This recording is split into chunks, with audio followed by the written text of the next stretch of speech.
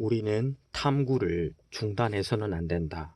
그리고 모든 탐구의 귀착지는 우리가 시작한 곳에 도달하는 것이며 또한 바로 그 장소를 처음으로 아는 데 있다. 자, 7가지 습관에 대한 개관. 사람은 반복적으로 행하는 것에 따라 판명된 존재다. 따라서 우수성이란 단일 행동이 아니라 바로 습관이다. 아리스토텔레스. 우리의 성품은 근본적으로 습관의 복합체이다.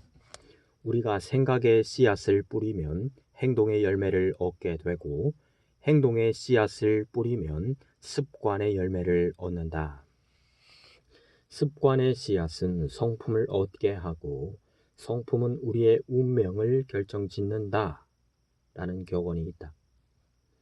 이처럼 습관이란 우리 인생에서 중요한 요소이다. 왜냐하면 습관이야말로 일관성 있게 주로 무의식적인 유형으로 끊임없이 또 매일매일 우리의 성품을 나타내고 개인의 성공 혹은 실패를 결정하는 데 중요한 역할을 하기 때문이다. 위대한 교육자 호레이스 만은 습관은 밧줄과 같은 것이다. 우리는 습관이란 밧줄을 매일 짜고 있다. 그런데 이처럼 짜여진 습관은 절대로 파손되지 않는다 라고 했다. 나는 그가 말한 마지막 부분에 대해 개인적으로 동의하지 않는다. 습관이란 깨질 수도 있음을 알고 있기 때문이다. 습관은 학습될 수 있고 학습을 통해 떨쳐질 수도 있다. 그러나 분명한 것은 습관이란 응급처치식으로 짧은 시간에 형성되는 것이 아니라는 사실이다. 습관이 형성되는 것은 하나의 과정이고 나아가 당사자의 무한한 결의와 몰입을 요구한다. 아폴로 11호의 달 여행을 지켜본 사람들은 달에 착륙한 최초의 우주인들이 달 표면을 걷고 그 후에 지구로 귀환하는 것을 보고 모두 깜짝 놀랐다. 환상적이다.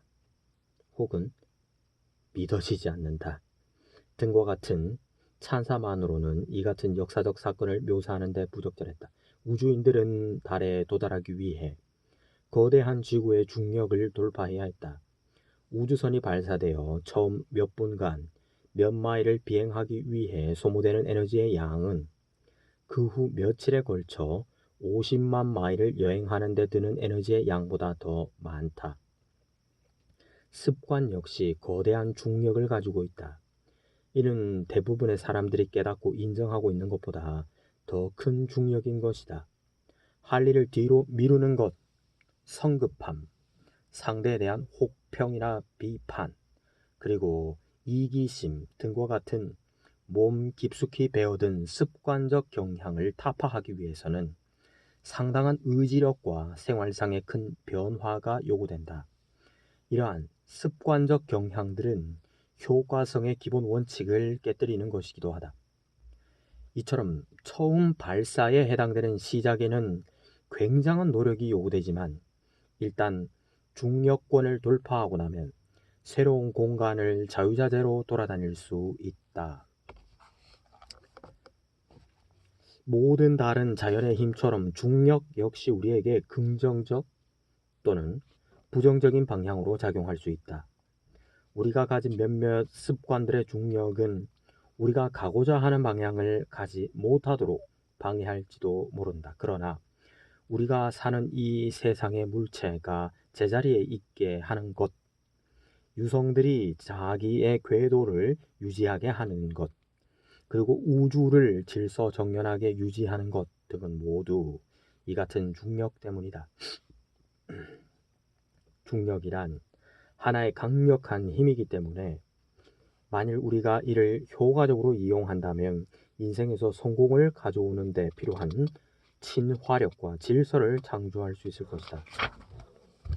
습관에 대한 정의.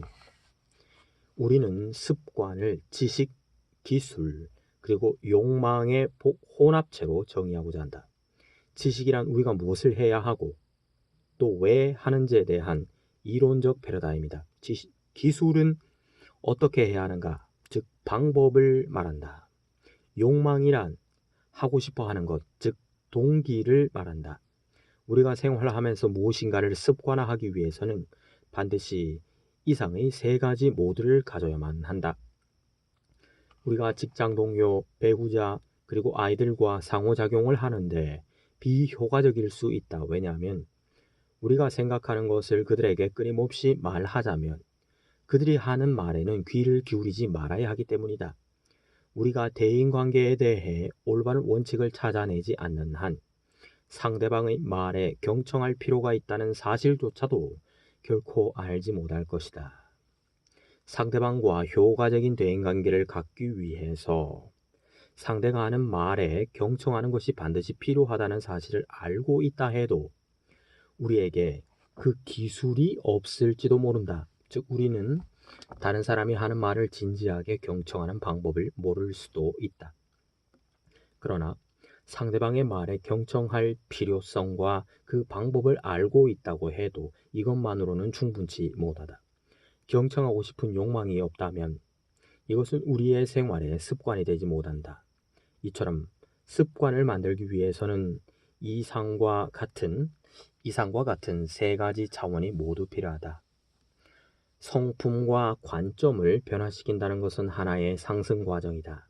즉, 성품이 관점을 변화시키고 관점은 다시 성품을 개선시킨다.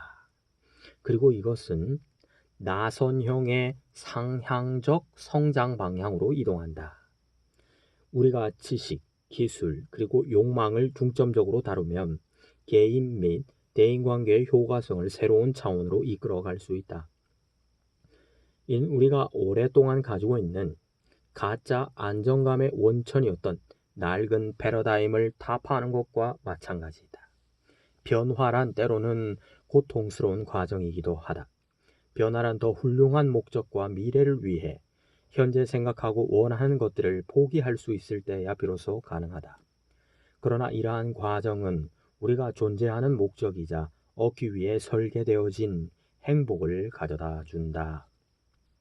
행복을 부분적으로나마 정의한다면 행복이란 궁극적으로 원하는 것을 위해 현재 우리가 원하는 것을 희생할 수 있는 욕망과 능력의 열매라고 할 수 있다. 성숙의 연속선 7가지 습관은 일련의 분리된 단편적인 심리학적 공식이 아니다. 7가지 습관은 성장의 자연법칙과 조화를 이루면서 개인적 효과성과 대인관계의 효과성을 개발하는 데 점진적이고 순차적이며 완전히 통합된 접근 방식을 제공해 준다. 7가지 습관은 우리를 의존적 단계에서 출발하여 독립적 단계로 그리고 상호 의존적 단계로 점진적으로 나아가게 한다. 우리는 인생을 유아기로부터 시작한다. 이때 우리는 다른 사람에게 전적으로 의존한다. 다시 말해서 다른 사람에 의해 지시받고 양육되고 생명도 보호받는다. 만일 이 같은 절대적인 보호 과정이 없다면 우리는 단지 몇 시간 혹은 기껏해야 며칠밖에 살 수 없을 것이다.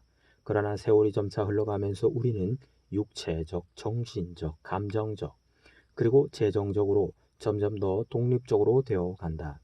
우리는 스스로를 마침내 돌볼 수 있게 되고 내적 통제를 할 줄 알며 나아가 자신감도 갖게 된다. 이 단계를 지나 성장과 성숙을 계속하면서 자연의 모든 것이 상호 의존적이라는 사실을 파악하게 된다. 아울러 사회를 포함한 자연을 지배하는 생태계를 발견하게 된다. 더 나아가 우리의 본성은 다른 사람과의 관계와 밀접하게 연관되어 있으며 인간 생활 역시 상호 의존적인 것임을 알게 된다. 유아로부터 성인에 이르는 성장의 과정은 자연 법칙과 일치한다. 또한 성장에는 많은 차원이 있다.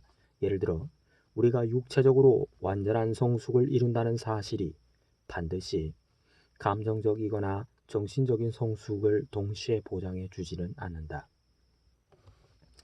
이와 반대로 어떤 사람이 육체적으로 의존적이라는 사실이 그가 반드시 정신적 및 감정적으로 미숙하다는 것을 의미하지도 않는다. 성숙의 연속선에서 의존적 단계는 상대방이 주체가 되는 패러다임이다. 즉, 상대방이 나를 돌봐준다. 상대방이 나를 위해 행동한다. 또 상대방이 나를 위해 행동하지 않을 때 나는 상대방을 비난한다. 독립적 단계에서는 내가 주체가 되는 패러다임이다. 내가 그 일을 할 수 있다. 내가 책임을 진다. 나는 스스로에 의지한다. 나는 선택을 할 수 있다. 상호 의존적 단계는 우리가 주체가 되는 패러다임이다. 우리는 그 일을 할 수 있다. 우리는 서로 협력할 수 있다. 우리가 가진 재능과 능력을 함께 결합하면 더 큰 일을 해낼 수 있다. 의존적인 사람은 자신이 원하는 것을 얻기 위해 다른 사람을 필요로 한다. 독립적인 사람은 스스로의 노력으로 원하는 것을 얻을 수 있다. 상호 의존적인 사람은 더 큰 성과를 이루기 위해 자신의 노력과 다른 사람들의 노력을 결합한다. 만일 내가 육체적으로 의존적인 상태, 즉 신체가 마비되거나 불구가 되거나 혹은 다른 신체적인 제약을 받는 경우라면 나를 도와줄 상대방을 필요로 할 것이다. 또 내가 감정적으로 의존적인 상태라면 인간적 가치 및 안정에 대한 감각은 나에 대한 상대방의 견해로부터 나오게 될 것이다. 상대방이 나를 싫어한다면 나는 곤혹감을 느끼게 될 것이다. 만일 내가 지적으로 의존적이라면 나는 상대방이 내 대신 사고해주고 나아가 나의 삶의 문제도 대신 생각해 주길 원할 것이다. 만일 내가 육체적으로 독립적 단계에 있으면 스스로 일을 처리할 수 있다. 또 정신적으로 독자적인 사고를 할 수 있으며 하나의 추상적 개념으로부터 다른 개념으로 옮겨갈 수도 있다.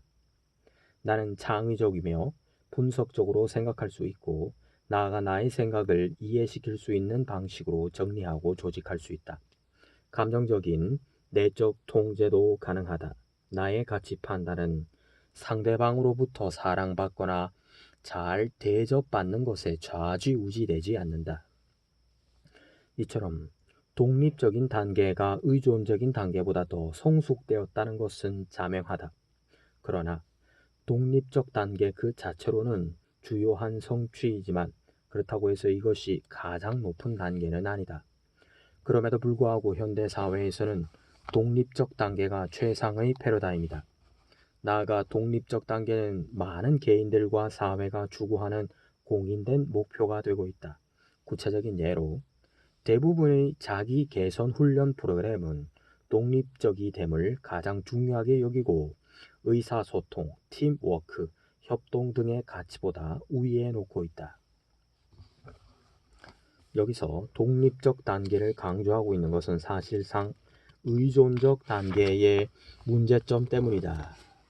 의존적 단계에서 상대방이 우리를 통제하고 제한하며 이용하고 조종하기 때문이다. 상호 의존이라는 개념만큼 많은 수의 의존적인 사람들에게 잘못 이해되고 있는 것도 없다. 그 예로 우리는 독립적이란 미명하에 많은 사람들이 이기적으로 이혼을 하고 자식을 버리고 나아가 모든 사회적 책임을 포기하는 것을 자주 본다. 구속에서 벗어난다. 해방된다. 자기 주장을 한다. 그리고 자신을 위해 일을 한다. 등과 같은 반응들은 더욱 근본적인 의존성을 나타내는데 그것은 외적 요인보다 내적 요인에서 나오기 때문에 빠져나오거나 헤어날 수 없다. 이 같은 의존성은 다른 사람들의 문제점과 약점들로 인해 자기 자신의 정서와 감정이 손상당하게 되고 자기의 통제받기라 어떻게 할 수 없는 사건이나 사람들로부터도 희생당한다는 느낌을 갖는 데서 나타난다. 우리는 물론 상황을 변화시킬 필요가 있다. 그러나 의존적 단계에서는 여건과 별 관계가 없는 개인적 성숙이 문제이다. 보다 더 좋은 여건 속에서도 미성숙과 의존적 단계가 지속되는 경우가 흔히 있다. 진정한 의미에서 독립적인 성품은 우리에게 수동적이기보다는 능동적으로 행동할 수 있는 힘을 부여한다. 독립적이 됨은 우리 자신을 주위의 상황이나 다른 사람에 의존하는 것으로부터 벗어나게 해주기 때문에 가치 있는 목표이다. 그러나 그렇다고 해서 이것이 성공적인 삶의 궁극적인 목표는 아니다. 혼자 사고하는 독립성은 상호 의존적인 오늘날의 현실에는 맞지 않는다.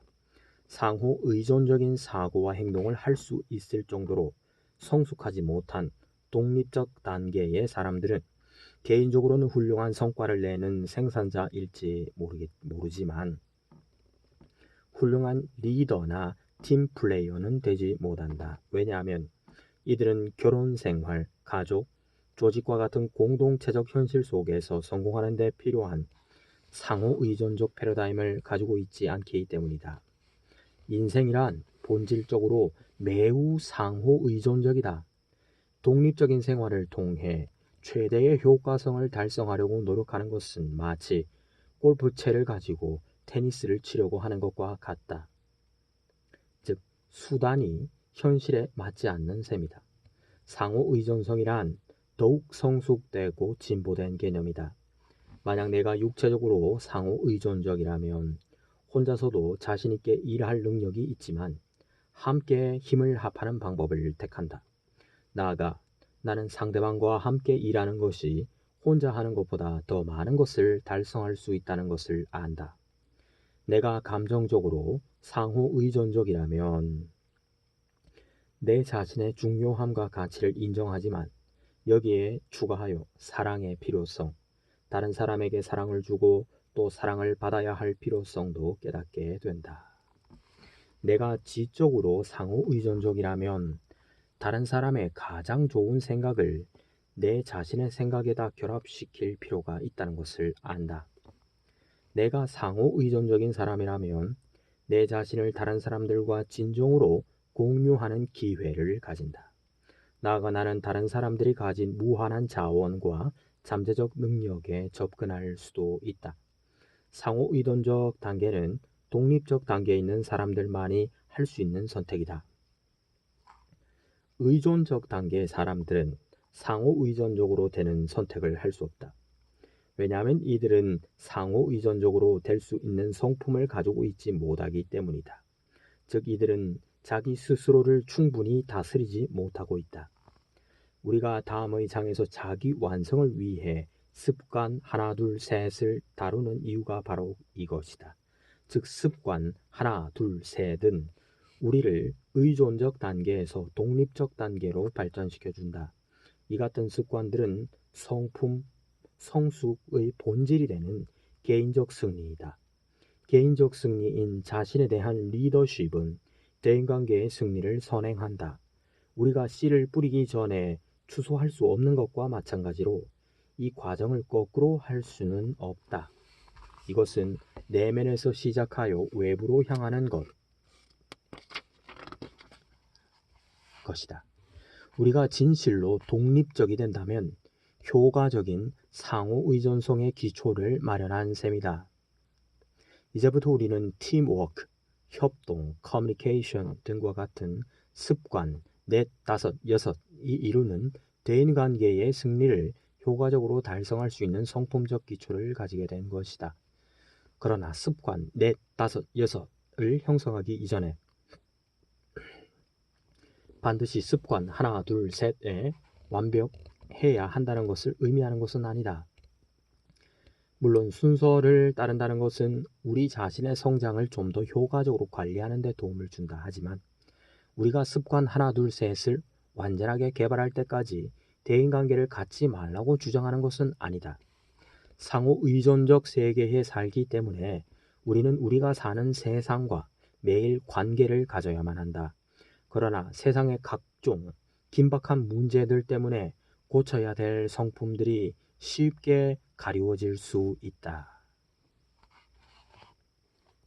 따라서 우리의 성품이 대인관계에 미치는 강력한 영향력을 이해하는 것이야말로 자연의 성장 법칙을 따르면서 좋은 성품을 위한 습관들을 단계적으로 습득하는 데 도움을 줄 것이다.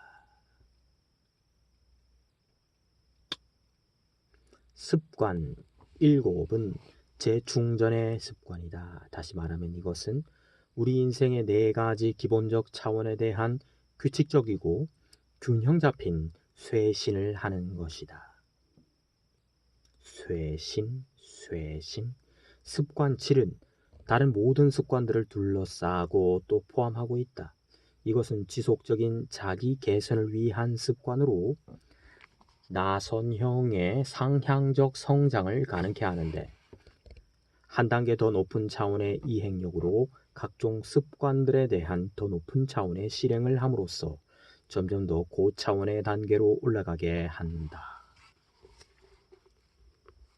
15페이지에 제시된 그림은 7가지 습관의 순서와 상호 의존성을 보여준다. 이 그림은 반복해서 사용될 것이며 여러 습관들 간의 순차적 관계와 이들 습관들이 상호 관계를 형성함으로써 새로운 형태의 더 큰 가치를 만드는 시너지 효과를 살펴보는 데 이용될 것이다. 효과성에 대한 정의. 7가지 습관은 효과적인 사람이 되기 위한 습관이다. 각 습관들은 성공적인, 생산적인 사람이 되기 위한 습관. 사람이 굳이 생산적이어야 될 필요가 있나? 성공적이어야 될 필요가 있나? 효과적이어야 될 필요가 있나 하는 반문이 듭니다. 각 습관들은 원칙에 근거를 두고 있어 최대한의 장기적이고 유익한 결과를 가져온다. 이들 습관은 개인이 효과적으로 문제를 해결하고 기회를 극대화하고 지속적으로 학습하며 나아가 나선형으로 상향 성장하게 할 수 있는 올바른 지도를 형성함으로써 개인 성품의 바탕이 된다. 7가지 습관은 자연 법칙에 위배되지 않는 효과성의 패러다임에 기초를 두고 있어 효과성의 습관이기도 하다. 나는 이것을 생산과 생산 능력의 균형이라 명명한다. 그래요. 그런데 많은 사람들은 이 균형을 쉽게 깨트린다. 우리는 이 원칙을 거위와 황금알에 관한 이솝 우화를 기억함으로써 쉽게 이해할 수 있을 것이다. 이 우화는 옛날 어떤 가난한 농부가 어느 날 자기가 기르는 거위 우리에서 번쩍번쩍 빛나는 황금알을 발견하는 데서 시작한다.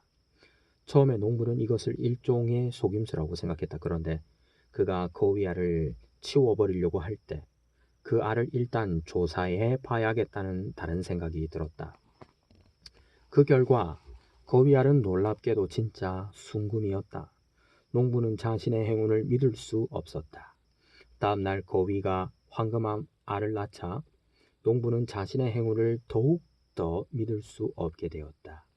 농부는 매일 아침 일어나자마자 우리로 달려가서 또 다른 황금알을 찾아냈다. 그 결과 농부는 놀랄 만큼 굉장한 부자가 되었다. 그러나 그는 재산이 늘어감에 따라 더욱 탐욕스러워지고 성급해졌다. 농부는 매일 하나씩 낳는 황금알을 기다릴 수 없어서 거위를 죽여 한꺼번에 모든 황금알을 얻고자 작정하였다. 그러나 그가 거위를 죽이고 배를 갈랐을 때 뱃속에 황금알은 한 개도 없었다. 이제 농부는 더 이상 황금알을 얻을 수가 없게 된 것이다. 농부는 결국 황금알을 낳는 거위를 죽여버린 셈이다. 나는 이 우화가 효과성의 기본 정의인 원칙, 즉 자연 법칙을 강조하고 있다고 생각한다. 대부분의 사람들은 효과성을 황금알의 패러다임에 입각해 이해하고 있다. 즉 보다 더 많은 것을 생산하면 할수록 또 더 많은 일을 하면 할수록 더 효과적이라고 생각한다. 글쎄. 그러나 이 우화에서 보여주듯 진정한 효과성이란 다음과 같은 2가지 요소의 함수 관계에서 나온다. 첫째는 생산되어지는 것, 즉 황금알이고, 둘째는 생산을 하게 만드는 자산, 즉 생산하는 능력인 거위이다. 만일 우리가 거위를 무시하고 황금알에 초점을 맞춰 생활해 간다면 우리는 황금알을 낳는 생산 능력을 잃어버리게 될 것이다. 반면에 황금알을 얻으려는 목표 없이 단지 거위만을 돌본다면 우리는 우리가 생활하고 또 거위를 키우는 데 필요한 자금을 가지지 못하게 될 것이다.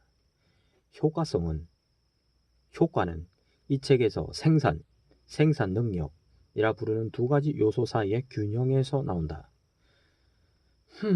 이때 생산이란 바라는 결과를 만들어내는 것, 즉 황금알을 의미하고 생산 능력은 황금알을 만드는 자산, 즉 거위를 말한다.